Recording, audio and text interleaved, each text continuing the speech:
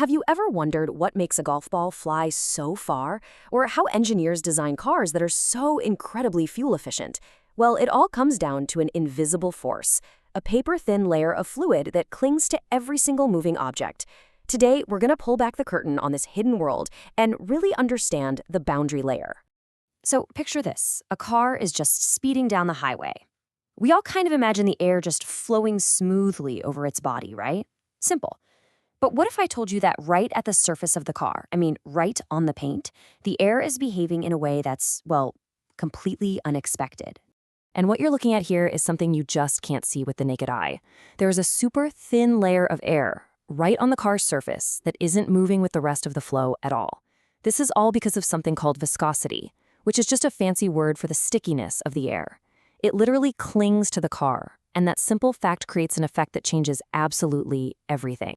So this sticky layer, yeah, it's got a name, and it is the star of our show today. It's called the boundary layer. This whole idea, which was a total game changer, came from a German engineer named Ludwig Prandtl way back in 1904. See, he had this brilliant realization that you could make fluid dynamics way simpler by just dividing the flow into two separate regions. This super thin boundary layer, where that stickiness is crucial, and then everything outside of it, where you can pretty much ignore it. That one insight completely revolutionized the entire field. Okay, so take a look at this diagram. To really get what's going on here, I want you to think of the fluid like a stack of playing cards. The bottom card, it's stuck completely to the surface, not moving one bit. But then each card above it slides just a little bit faster than the one below it, until you get all the way to the top of the stack, which is moving at the full speed of the surrounding flow. That difference in speed between the layers, that creates a kind of friction within the fluid itself. We call that shear stress. And this all boils down to one absolutely fundamental rule in fluid dynamics, the no-slip condition.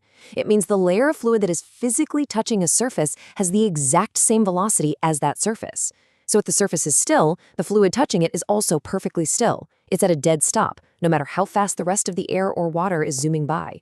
This is the very reason the boundary layer exists in the first place. Okay, so we have this nice, neat, orderly layer of fluid. But here comes the plot twist. It doesn't last. As the fluid keeps flowing along a surface, something pretty dramatic starts to happen. It completely transforms.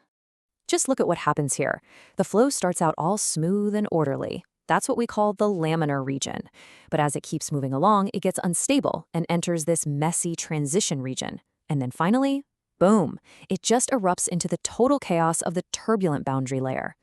So what's the real difference between these two? Well, think of it this way. Laminar flow is like a perfectly organized highway, with all the cars moving in smooth parallel lanes. Turbulent flow, that's a chaotic city street during rush hour. You've got cars swerving, changing lanes, creating these totally unpredictable patterns. It's messy for sure, but it's also how fluids usually behave out here in the real world. So why does this even happen? Why does it fall apart?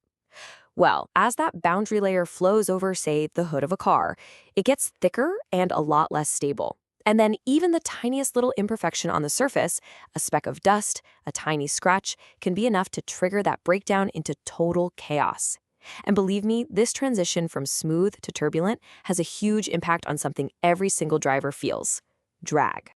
Right, so this whole distinction between smooth flow and turbulent flow, it's not just some abstract physics concept. No, it directly relates to a powerful force that engineers are constantly battling against, and that force is drag.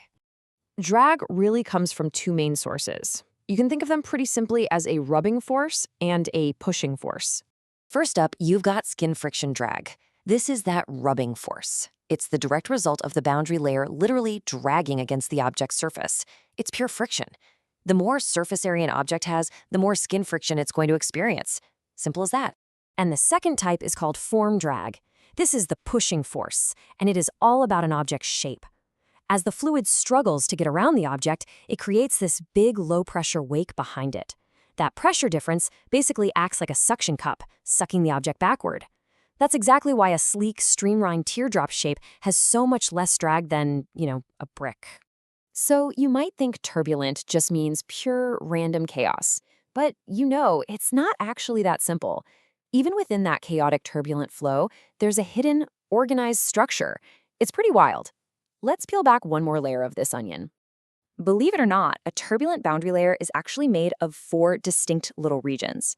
Right at the surface, we've got something called the viscous sublayer, where that no-slip condition forces the flow to be almost smooth and laminar again. As we move away from the surface, we enter the buffer and overlap layers, where the smooth and chaotic flows are kind of battling for control.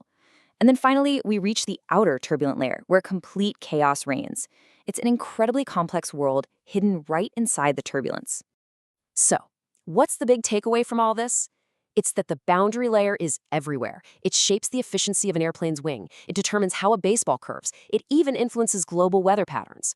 So the next time you see a flag flapping in the wind, I want you to remember that invisible force at play, that powerful, fundamental layer of fluid that connects every single object to the world around it.